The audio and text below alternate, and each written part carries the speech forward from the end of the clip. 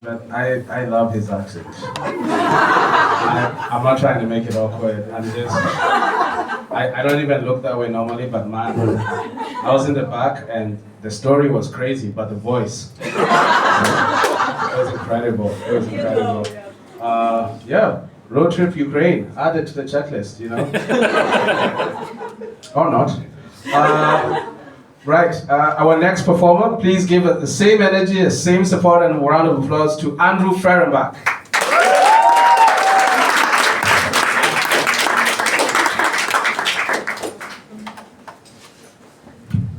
Hey, I have to stick to time. Okay, so my name is Andrew, and amongst other things, I am a scientist.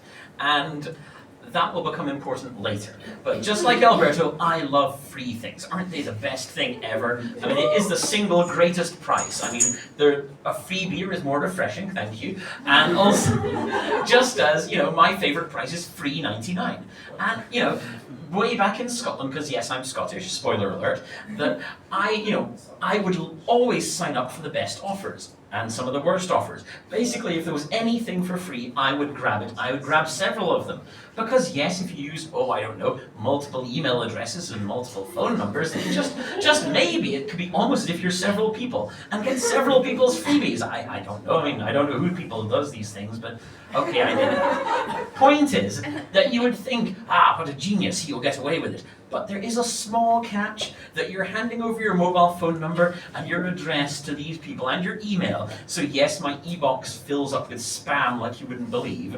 But also, it meant that my mobile phone was ringing off the hook with constant offers because these free providers would sell my details on to every ambulance chasing Yahoo in the zoo.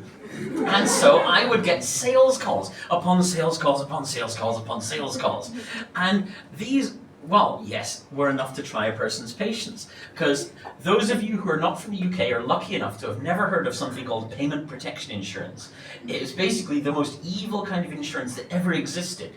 It was designed never to pay out, or it was meant to protect your bills in case you lose your job. But what they didn't have in the small print was, if you lose your job because your upstairs bathroom is destroyed by a baby zebra called Nigel. That's the only circumstance by which they would pay out. So people would be signed up for this and would think, yep, I'm safe, and lose their job and suddenly, whack, whack.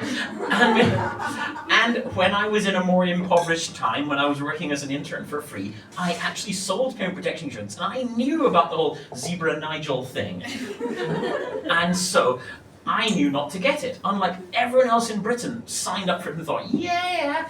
Even people who didn't sign up for it signed up for it without their knowledge, because people made sales quotas. So if you sold payment protection insurance to everyone who walked through your door, you'd get shiny new whatever. So people would get it slipped in under the radar. So when I would get these phone calls, it's like, hi there, I am claims for you. I want to get you back the payment protection insurance that you were sold. And I was like, never had it. They go, maybe you don't know you have it. It's like, no, I know I don't have it. Trust me on this one. And they wouldn't take no for an answer, which is absolutely maddening. And so I naturally tried to fight them any way I could. So I would put on different accents. I would try for a southern gentleman. It's like, I do declare that in all my life I've never taken payment protection insurance. No, still, so, are you sure, Mr. Southern gentleman? Yes, I'm sure, my delightful young lady.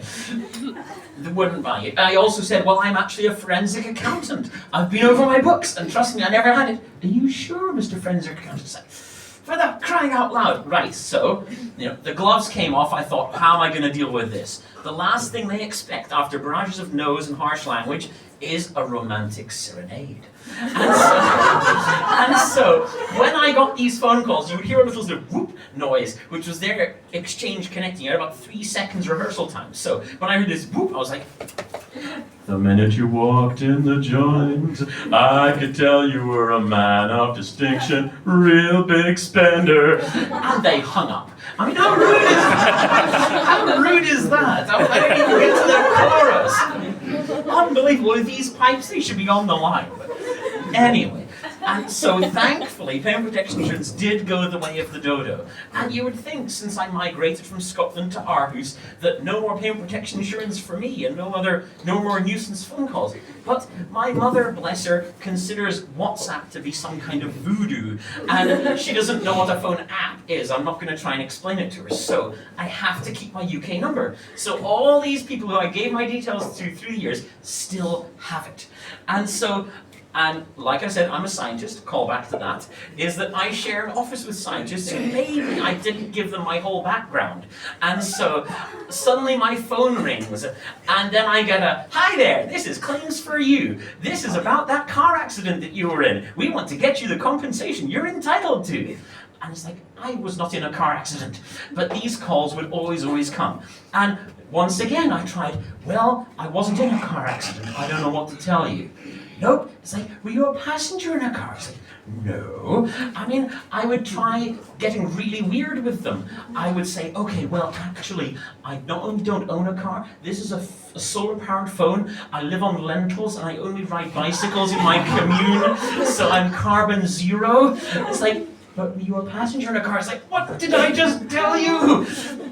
These people, once again, they don't take for crying out loud for an answer.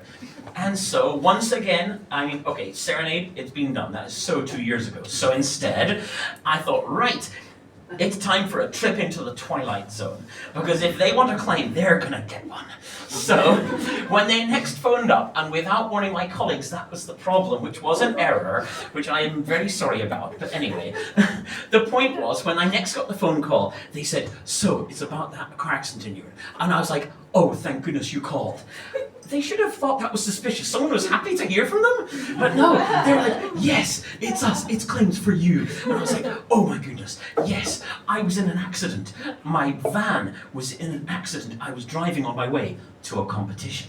"Oh, this is good. This is information." So I'm like, "Yes. Okay, can you tell us more? What kind of competition was it?" "Well, I was driving with my prize-winning show ferret, Mr. Miffles, to a competition, and because we were hit from the side, Mr. Miffles was catapulted across the cabin, and I think he strained his front paw, and as a result only got the silver medal.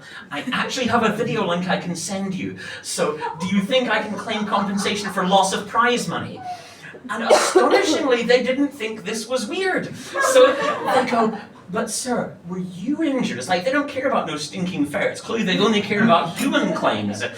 And so I was like, okay, if they want to go down the rabbit hole, I will take them. So I was like, right, well, yes, as a matter of fact, because while I was driving this van, I was in fact naked, and so, still on the line, and I said, "Well, because Mr. Miffles was catapulted across the cabin of the van, he got terrible fright, and he actually bit me somewhere I prefer not to discuss."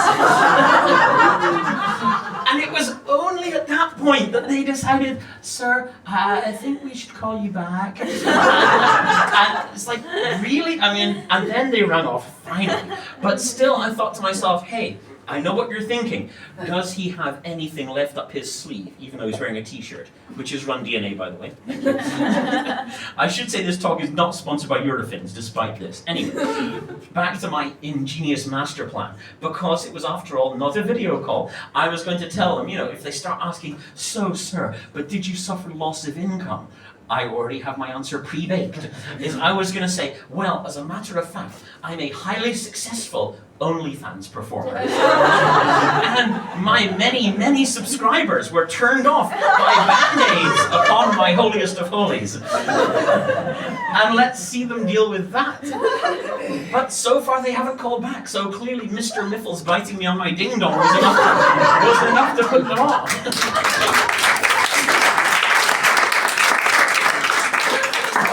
You guys are too kind. Golly, I've actually finished ahead of schedule. Well, okay, that segment. It's difficult to know where to go at this point, because I've got lots of half-baked routines, but they're all sort of in segments, as it were. I mean, there was... Okay. When I was in high school, I was lucky enough to be at a high school which had a swimming pool.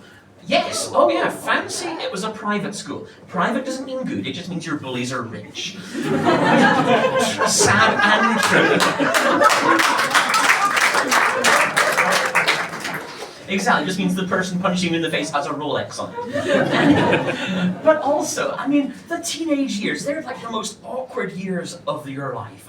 And, you know, I think all of us have been to a swimming pool at one point in our life, and we know the drill. You try and have the shortest interval between removing your underwear and placing your swimming trunks on your body. Simples, right? But yet, strangely, there were these teenage boys in my year that they didn't seem to get it. It's like they missed that class. And also, these were the teenage boys who, how shall I put it, just like when Chuck Norris went through puberty, or when Chuck Norris hit puberty and died, I mean, these guys clearly stole puberty's lunch money, because they, how can I put it, were unusually blessed. And they had a different protocol for putting on swimming trunks.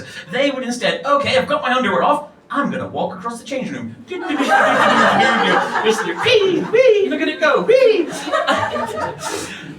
And none of us wanted to see that, genuinely none of us. And there was 3 of them, it was like some kind of dance troupe. It's like, oh shit, it's swimming lessons again, they're gonna whip them out. It's like, sure enough, woohoo, look at this thing. It's like, Jesus Christ on a bike. But yeah, that's the thing, this routine doesn't quite have a punchline, it's more just a question of sharing trauma. From that day to this, I never understood that. I mean, at that stage, nobody had ever said there was such thing as showers and growers. So we all thought this was normal, like, holy crap. I mean, seriously, if they got excited, they'd probably die. I mean, all the blood would just rush away from their brain. But anyway, that's definitely my time. You guys